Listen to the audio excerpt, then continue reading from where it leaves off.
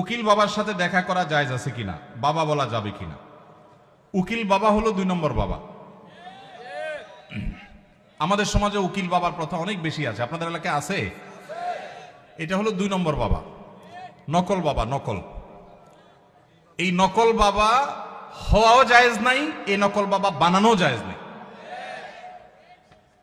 ভাইরা আমার, বিয়ে শাদীতে আমাদের দেশে মনে করা হয় যে একজন উকিল বাবা লাগে, এরকম একটা ধারণা আছে না নেই? মেয়ের ইজিন আনার জন্য গায়রে মাহরাম একজন উকিল বাবা হয়, অনেক সময় যায় অনুমতি আনে। এইভাবে উকিল বাবা বানানো পরিষ্কারভাবে হারাম, পরিষ্কারভাবে। মুরব্বীরা ভালো করে শুনে রাখেন, যারা যারা উকিল বাবা আছেন এই বাবাগিরি ছেড়ে দেন। বাংলাদেশে বাবার কোনো শেষ নাই।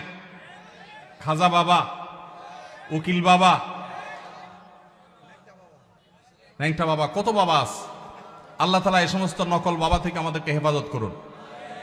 বিয়ে উপলক্ষে কোনো উকিল বাবা টাবা চলবে না। নিজের বাবা বেঁচে থাকলে সেই বাবা তিনি নিজে নিজের সন্তানের বিয়ে দিবেন, ব্যাস। মেয়ের অনুমতি বাবা আনতে যাবেন। জাজ্জল্যমান বাবা উপস্থিত, আগাগোড়া 5 হাতি বাবা আছে, এরপরও দেখা যায় আরেকজন উকিল বাবা সেজে সেখানে নাটক করতে যায় অনুমতি আনার জন্য। এই নাটক করা জায়েজ নাই, পরিষ্কারভাবে হারাম। পর্দাহীনতার কারণে, বিশেষ করে গায়রে মাহরাম কেউ যখন উকিল বাবা সাজে, ওই মেয়ে সারা জীবন তারে বাপ বাপ ডাকে, খানা খাওয়ায়। এটা আমাদের সামাজিক মানে একটা কুসংস্কার বলতে পারেন, এর সাথে ইসলামের কোনো সম্পর্ক। যুবকরা বিয়েতে কোনো উকিল বাবা যেন না থাকে। মুরব্বীরা যারা যারা যার যার বিয়ের উকিল বাবা আছেন, আল্লাহর হস্তে বাবাগিরি ছেড়ে তওবা করে আল্লাহর কাছে চলে আসেন, চেষ্টা করবেন তো ইনশাআল্লাহ। এই উকিল বাবার নাম দিয়া পর্দাহীনতা 2 নম্বরই হাজারটা জিনিস হয়। নিজের বাবারই খবর নাই, কিসের আবার উকিল বাবা? হ্যাঁ, উকিল বাবার লগে বললো ভাগছে কোন মেয়ে? আল্লাহ মাফ করুক আমাদেরকে। ওই যে বেশরিয়তি কাজ করলে তো একটা না একটা অঘটন ঘটবেই। এই জন্য এই সমস্ত অন্যায় কাজ করা যাবে না।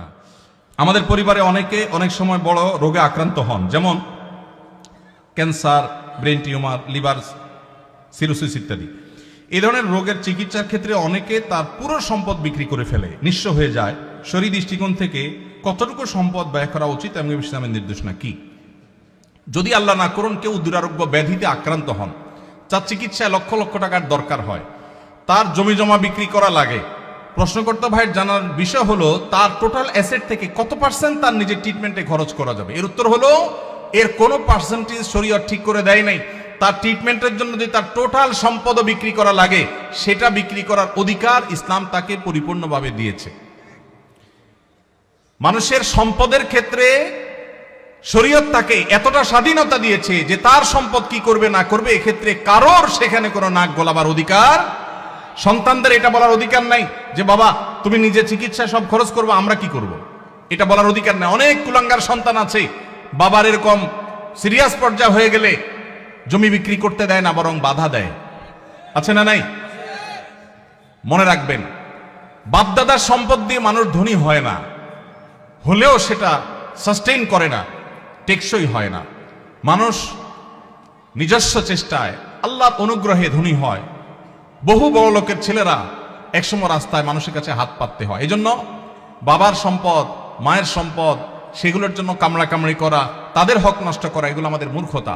তবে হ্যাঁ, কেউ যদি মনে করেন যে দুরারোগ্য ব্যাধিতে আমি আক্রান্ত হয়েছি, এখানে ট্রিটমেন্ট করে আসলে লাভ হবে না, ডাক্তারদের অ্যাসেসমেন্ট অনুযায়ী মৃত্যুই নিশ্চিত এবং জটিল পরিস্থিতি, তাহলে সেক্ষেত্রে আমার বাচ্চারা তারা অসহায় হয়ে যাওয়ার চাইতে আমি সুন্নত হিসাবে ট্রিটমেন্ট করি, কিন্তু খুব বেশি অ্যাগ্রেসিভলি ট্রিটমেন্টের জন্য খরচ করব না। এটা যদি কেউ সিদ্ধান্ত নেয় তো সেই এখতিয়ারও শরীয়ত ওই ব্যক্তিকে দিয়েছে। অবস্থা বুঝে তিনি ডিসিশন নেবেন।